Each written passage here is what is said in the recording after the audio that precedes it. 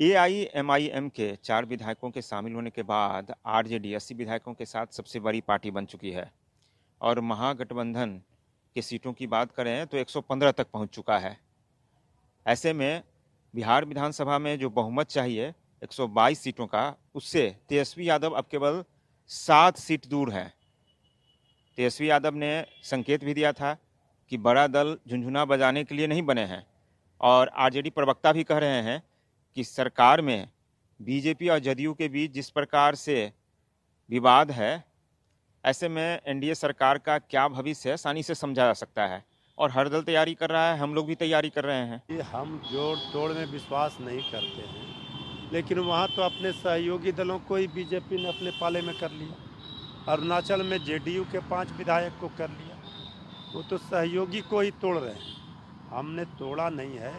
ये चारों विधायक जो आए हैं एआईएमआईएम के, ये सारे हमारे साथ थे, हमारे ही पार्टी में थे, फिर वो घर वापसी किए हैं। क्या लगता है खेला होगा क्या बिहार? नहीं, ये सब जनता की चिंता है तेजस्वी यादव जी को, और भविष्य के लिए तो राजनीति में सब लोग, कोई तो चंडी पाठ करने आया नहीं है, सब लोग तैयारी करते हैं।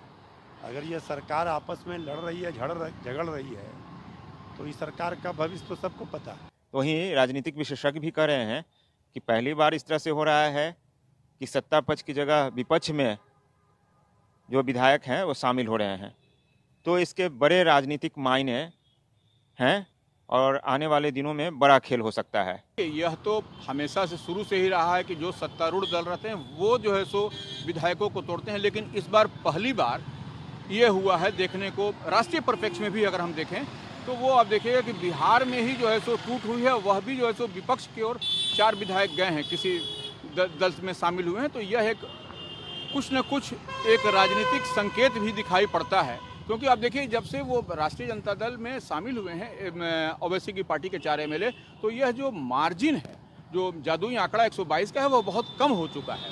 तो ऐसे में कहीं न कहीं उस नज़र से भी राजनीतिक पर्यवेक्षक समेत सभी लोगों की निगाह उस पर टिकी हुई है कि कहीं न कहीं आने वाले समय में कोई खेल हो सकता है। वहीं जदयू प्रवक्ता अभिषेक झा का कहना है कि आरजेडी अभी भी बहुमत से काफ़ी दूर है और महागठबंधन में तो अब कांग्रेस शामिल भी नहीं दिखती है। ऐसे में सरकार बनाने का सपना पूरा नहीं होने वाला है।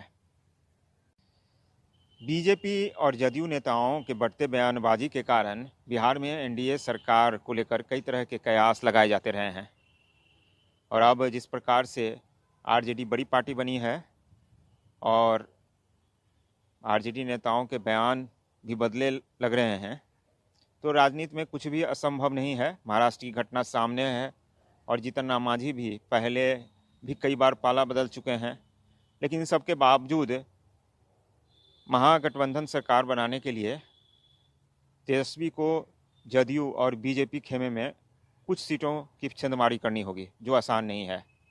अविनाश, ईटीवी भारत, पटना। देखिए, आप बता रहे हैं कि तेजस्वी यादव जी बहुमत के करीब हैं। तेजस्वी यादव जी की पार्टी में विधायकों की संख्या 80 है और अभी वो बहुमत से बहुत दूर है। 42 विधायकों की जरूरत उनको और है।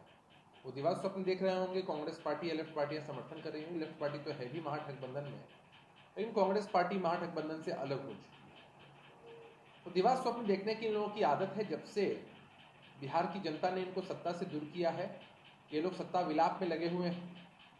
जनता ने सत्ता नहीं दिया, लेकिन इनके मन में अभी भी लड्डू फूटते रहते हैं। ये लोग हमेशा दावा करते रहते हैं। इनके दावों में कोई दम नहीं है और कभी भी ये लोग सरकार नहीं बना पाएंगे।